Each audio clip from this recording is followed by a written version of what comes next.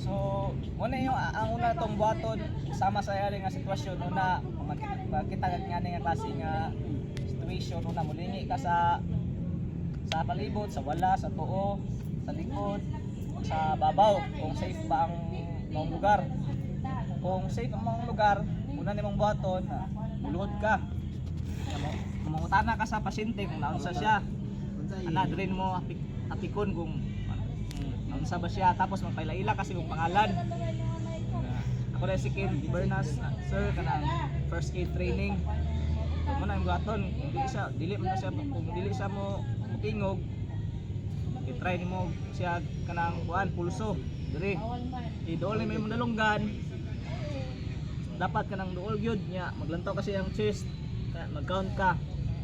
1001, 1002, 1003, 1004, 1005, 1006, 1007, 1008, 1009, 1010. So, kung paminaw nimo unconscious siya, then ka mag-start og CPR. Atong buhaton, one cycle lang. Kung tuon ka dire mo kusog, mo na mo pastar sa imong gamot. Mag-count ka 1 2 20.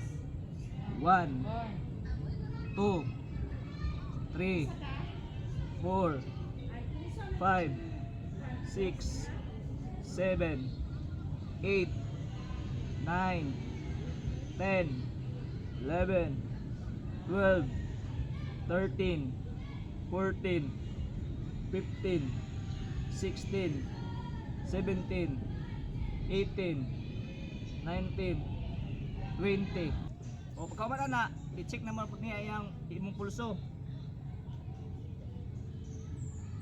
Pag-check nimo kung naa na, pagkaman ana i-cross nimo yung kamot, cross ana yung tiil kani. Tapos alalayan nimo sa patakilid kani. Kaning gunitan nimo ni yung dire sayang kuan ana sayang abaga og dire. Tapos ipahigda mong balik. So kana mo lang na siya tong buhaton nga basic CPR nato sa kung i-apply nato ang ABC. Kana lang, thank you.